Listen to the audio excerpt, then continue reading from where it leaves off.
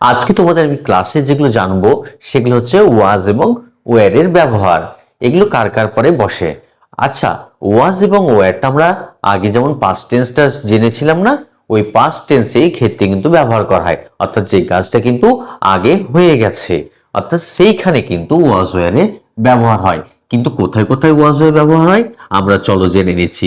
এটা কি লিখলাম বলতো? ওয়াজ। ওয়াজটা বসে কিন্তু আয়ের পরে, বোঝা গেছে? যেমন একা, যেগুলো একা বোঝায় সেগুলোর ক্ষেত্রে কিন্তু আমরা ওয়াজ ব্যবহার করব। যেমন ধরো হি, হি এর পরে কিন্তু ওয়াজ বসে।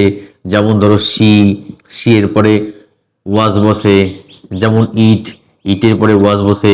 কোনো একজনের নাম, অর্থাৎ এখানে যদি একজন বোঝায় নাম থাকে তাহলে কিন্তু আমরা ওয়াজ বসাবো।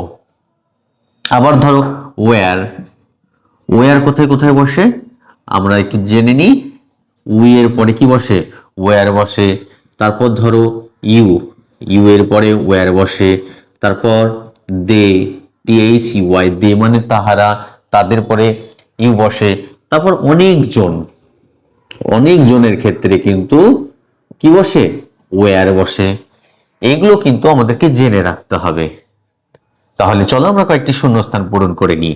আমি যদি বলি আই এ গুড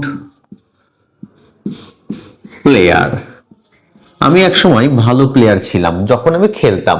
এখন আমার খেলা কমে গেছে বলে ভালো করে খেলতে পারি না। তাহলে কি হবে বলতো? আই, আইটা কোথায় আছে বলতো? হ্যাঁ, এইখানে আছে। তাহলে কি হবে? I was a good player. ঠিক আছে। আচ্ছা, এখানে যদি আরেকটি ধরো লি,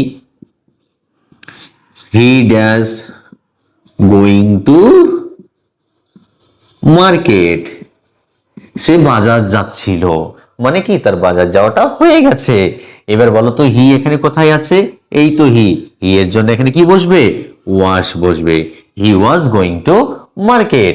আবার যদি এখানে ধরো বলি উই গোয়িং টু স্কুল, আমরা স্কুল যাচ্ছিলাম।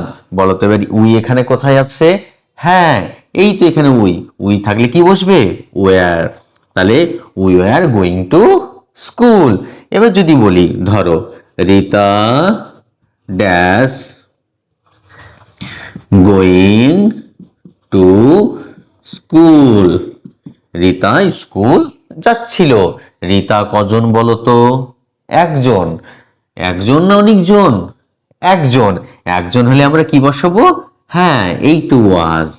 এই যে জন্য আমরা বসিয়ে দিলাম Rita was going to school, অর্থাৎ রিতা কিন্তু স্কুল, অর্থাৎ রিতা স্কুল যাচ্ছিল। এটাই হয়ে গেল আমাদের ওয়াজ ওয়্যারের ব্যবহার। আমি এক্ষুনি তোমাদেরকে কয়েকটি বাক্য দিচ্ছি, কোথায় ওয়াজ এবং কোথায় ওয়্যার বসবে। তোমরা এগুলো দেখে দেখে দ্রুত বসাও এবং মুখস্থ করে নাও।